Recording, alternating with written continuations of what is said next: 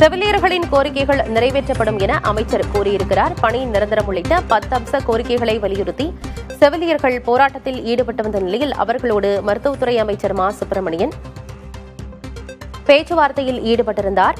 செவிலியர்களின் கோரிக்கைகள் நிறைவேற்றப்படும் என்று அமைச்சர் கூறியிருக்கிறார்.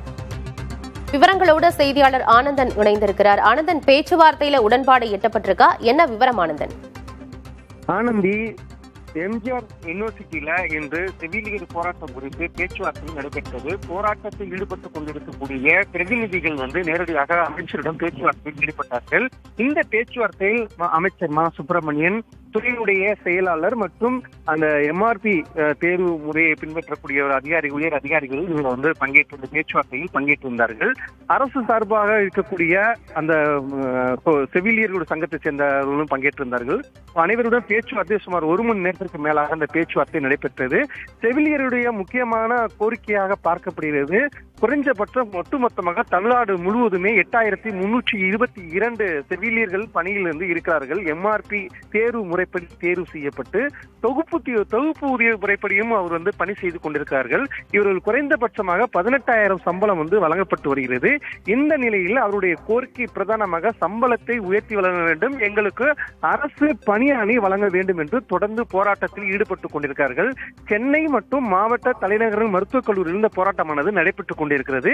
இந்த நிலையில்தான் அமைச்சருடன் பேச்சுவார்த்தை நடைபெற்ற போது குறிப்பாக 723 காலி இடங்களை உருவாக்கப்பட்டு அவர்களுக்கு பணி நியமன ஆணை வழங்கப்படும்.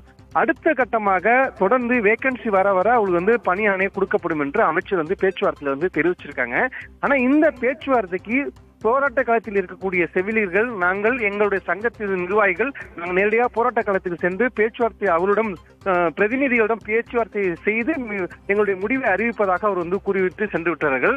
ஆனா அரசு சார்பில் இருக்கக்கூடிய சங்க பிரதிநிதிகள் மற்றொரு சில ஒரு கோரிக்கையை முன்வைத்தார்கள். குறிப்பாக தொகுப்பூதியத்தில் மற்றும் அந்த செவிலியர் 8323 செவிலியர்கள் பணியில் செய்து கொண்டிருக்க போது மகப்பேறு விடுப்பு 1 ஆண்டுகளுக்கு எங்களுக்கு வேண்டும் என்று கேட்டார்கள்.